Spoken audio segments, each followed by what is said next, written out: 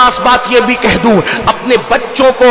دودھ پینے کے ایام میں، یعنی پیدا ہونے سے لے کر 2 سال تک کی جو عمر ہے، ان ایام میں گائے بھینس کا دودھ نہ پلاؤ، اپنے بچوں کو جانور کا دودھ نہ پلاؤ بلا وجہ۔ اگر اللہ نے سینے میں ان کی غذا رکھی ہے تو ماں پورا 2 سال کوشش کرے اپنے بچے کو دودھ پلائے، اس لیے کہ دودھ پلانے کی بھی اپنی ایک فضیلت ہے۔ سائنس تو یہ کہتی ہے جو عورتیں مکمل دودھ پلاتی اپنے بچوں کو وہ سینے کے کینسر سے محفوظ رہتی ہے۔ آج عورتیں سینے کے کینسر میں مبتلا ہیں اور وجہ اس کی ایک یہ بھی ہے، بہت ساری وجوہات میں سے دودھ نہیں پلا رہی ہے، کیونکہ دودھ پلائے گی تو اس بچے کو بازار میں بھی ساتھ لے جانا پڑے گا، شادیوں میں بھی ساتھ لے جانا پڑے گا، اور یہاں بھی آج تو کل عورتیں ماں بننے کی شوقین تھی اور آج عورتیں ماں بننے کے بعد بھی سوچتی ہے کہ بچہ مجھے امی کہے گا تو لوگ مجھے جو بڑی عمر کی سمجھیں گے، یعنی ماں بننے کے بعد بھی میں 18 سال کی معلوم ہونا چاہیے۔ یاد رکھو یہ ظلم ہے۔ اے خاتون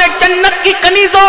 اللہ کے غیب دا نبی صلی اللہ علیہ وآلہ وسلم فرماتے ہیں جب کوئی ماں اپنے بچے کو دودھ پلاتی ہے تو ہر گھونٹ کے بدلے میں اللہ اس کو ایک نئی جان کو نئی زندگی دینے کا ثواب عطا فرماتا ہے، ایک جان کو نئی زندگی دینے کا ثواب عطا فرماتا ہے۔ اور جب عورت اپنے بچے کو دودھ پلا کر دودھ مکمل کرتی ہے تو فرشتہ آ کر اس کی پیٹھ ٹھوک کر کے کہتا ہے جا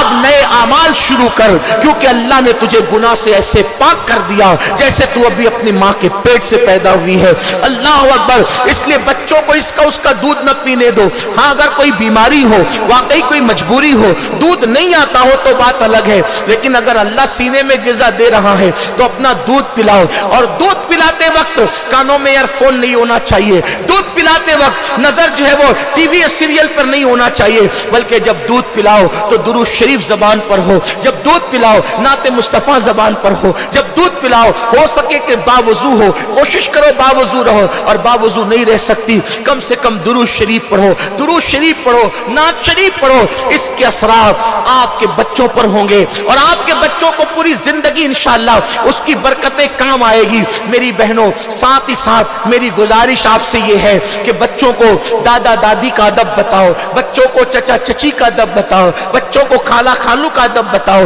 بچوں کو ایک دوسرے کے ساتھ لڑائی جھگڑا مت کرنے دو، ان کے سامنے بچوں کے سامنے یاد رکھو ہر میاں بیوی میں جھگڑا ہوتا ہے، میں یہ نہیں کہتا کہ جھگڑا نہیں ہوتا، ہر میاں بیوی میں ہوتا ہے جھگڑا، یہ گھر کی کہانی ہے، ہر گھر کی کہانی ہے، لیکن اپنے بچوں کے سامنے نہ لڑو، کیونکہ جب بچوں کے سامنے ماں باپ لڑتے ہیں تو بچے جو ہے وہ احساس کمتری کا شکار ہو جاتے ہیں، بچے مایوس ہو جاتے ہیں، بچے ڈپریشن میں چلے جاتے ہیں۔ صبر کرو، شکوے نہ کرو، تم شکوے کرو گی بچے اور بچیاں بھی شکوے سیکھیں گے۔ شکر کا ذوق پیدا کرو، شکر کا